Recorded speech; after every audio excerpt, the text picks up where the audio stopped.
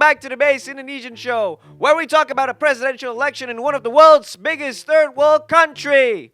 As you know, next year, Indonesia will have its own presidential elections. Before you assume we're an authoritarian country, let me tell you that we are a democratic country. We are so democratic, we have 19 political parties all vying for the elections, both presidential and legislature. And unlike America, where they have two candidates, and the United Kingdom, where you can choose the party but not the prime minister, and China, where you can't choose at all, you have free presidential candidates. Goes to show how much we love democracy more than Athenians. And speaking of democracy, we are also allowed to talk about our presidential candidates, both good and bad, not totally get into trouble or go into prison.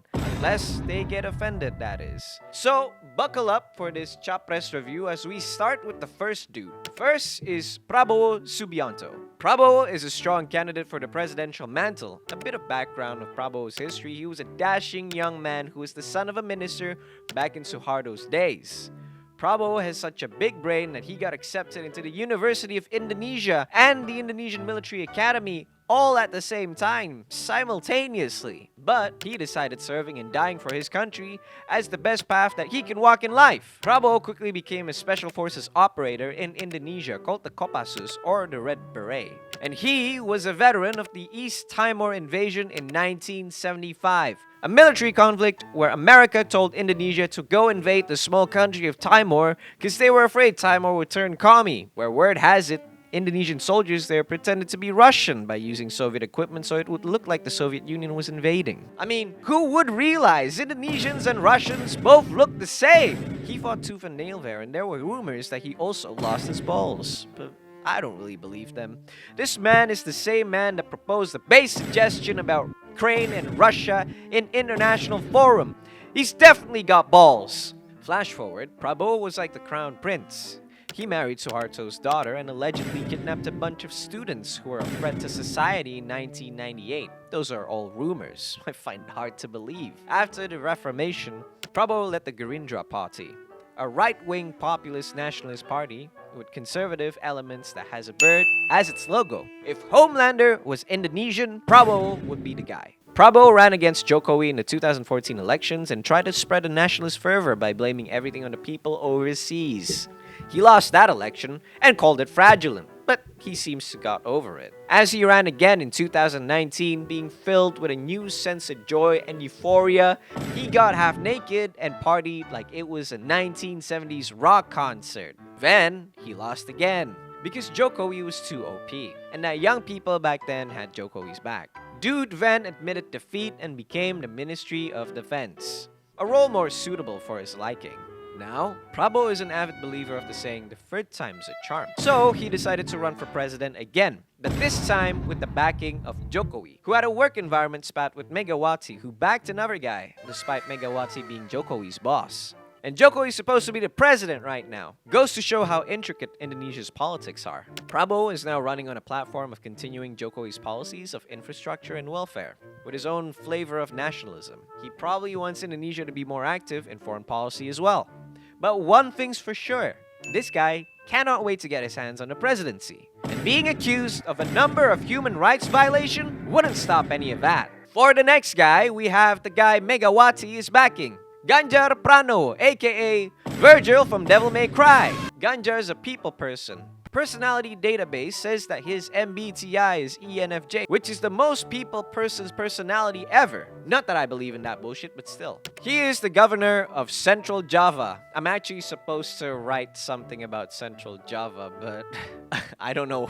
I think I fucked up the script. So, let's just get on with it. Ganjar is part of the Indonesian Democratic Party of Struggle, a party struggling with democracy in Indonesia. As such, most of his stances are very pro-little people and populist, with a swig of socialism and Marxism, which is Marxism adapted into Indonesian conditions. Ganjar has served in the People's Representative Council, the Indonesia Parliament, from 2004 and 2013, before serving as the governor of Central Java for 10 years straight. This guy likes the job. He's known to be a media darling and as such has been photographed wearing hip and young fashion in an attempt to ingratiate themselves with the younglings. and has done plenty of oopsies in the name of racking votes, such as when he rejected Israel from playing football in Indonesia. Because of this, Palestinians everywhere have a picture of him in their houses and thank him after thanking God after they eat their meal, grateful that Ganjar has saved them by denying Israel the luxury of playing football.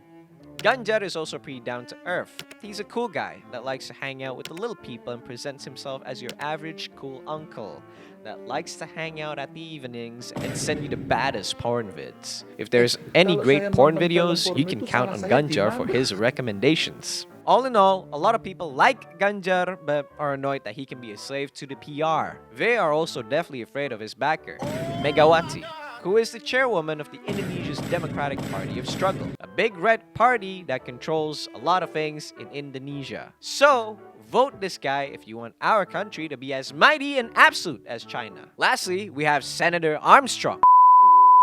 Lastly, we have Anies Baswedan. If you drain all the testosterone from Senator Armstrong, then you get this guy, who's all brains and no bronze. Coming from a well-educated Arabic family, the dude is a huge nerd from the start, and it is a good thing. Because he spends most of his days studying and grinding, to the point where he gets shipped to the US for studying a bit too hard. When he came back, he studied more, became a university president, and then he studied more. So someone thought it would be a good idea to get this smart guy to be a president. He then debated in the Democratic Party's presidential convention to get the presidential chair, but didn't debate hard enough, losing to this guy. So he studied more. Was selected by Jokowi to be the Minister of Education. This dude was so smart, he ignored Jokowi's Smart Indonesia card for students and their education so he can make up his own shit, but got booted out from the office. He then became the governor of Jakarta and studied where flood came from and how to stop traffic jams. This man is the epitome of taking everything in life as a lesson and used everything in his power to study instead of doing unnecessary shit like improving Jakarta's traffic. There's almost 11 million people living here, so traffic jams are inevitable unless we want to ship the people out of the city. So he knows what's good. And because he knows what's good, he decides to become president so he can learn how to run a country. His stances are all about learning how to be a good country and being a good president. Nothing too political. He just wants the learning experience. This dude is pretty much brainiac. There are my honest CAPRES reviews, and if you disagree with what I say, be sure to write an angry letter and send them to my email down below. It takes time for me to sort out the messages because most of them go straight to the trash, where opinions usually belong. Click like and subscribe if you want more content like this. And thanks for watching this episode of the Base Indonesian Show. Bye-bye, real people.